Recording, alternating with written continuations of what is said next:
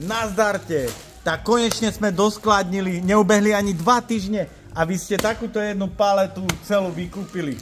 Sme veľmi radi, že vám chutí. Tentokrát sa už nedáme s vami tak ľahko nachytať, takže máme palety 2 a máme pre vás tú najpredávanejšiu kolu, takzvanú Krystal kolu. A ako chutí, ideme na to. Abrakadabra! A tak ako som vám slúbil, ideme otestovať Krystal kolu. Čo je na tejto kole zvláštne a prečo sa tak výborne predáva a prečo vám tak výborne chutí. Nielen to, že ten dizajn je naozaj krásny, ale není to obyčajná kola. Je to vlastne Krystal kola. A aby ste vedeli, čo je Krystal kola, priesvitná kola. Chuť tejto koly je, kebyže pijete bežnú kolu, len čo je vynikajúce, je proste priesvitná.